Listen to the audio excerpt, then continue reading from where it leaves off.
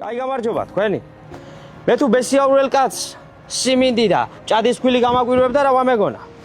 წუთნახევარი დამითმე ზუსტად. შემოვყევი და გაჩვენებ ყველაფერს. აბაშაში ვიმყოფებით, მეგობრებო. სიმინდის დედაქალაქში. ოდოია, ნახე რა კაი შეფუთვაა, რა კაი საწარმოა გასრიალებულია ყველაფერი. ესე იგი, 100% ნატურალური აწერი აგენ. რას ნიშნავს არ იკითხავ? ყველანაირი კომბაინის გარეშე მოვყავს გლეხურად და ქართულად მოსავალი.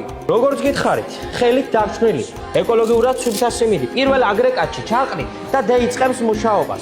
ჰიბრიდზე რას აკეთებს აპარატი იცი? არ დამალახო შენი სახე, ვასე მეუნება.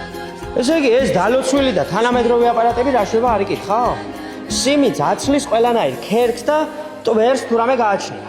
მერე გადადის სხვადასხვა აპარატებში და ბოლოს გასუფთავებული მარცვლებისგან მივიღებთ ნატურალურ ღერღილს, ფქვილს, მანს, სახამებელს და ქათოს. წევედი ახლა მე ოდოიას ფქვილით და ღერღილით მომზადებული ჭადი და ღომე უნდა დავაგემო. ქათო ძროხას უნდა წოვუღო მესიაურში.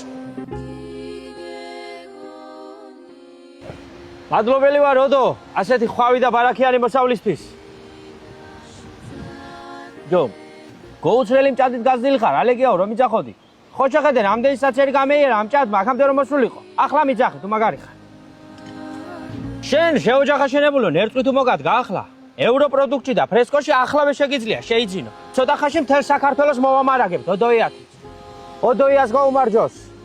თეთრი მჭადის ჭამა მიყვარს, თბილის გაგრაჯუნებავო, გაგიმარჯოს.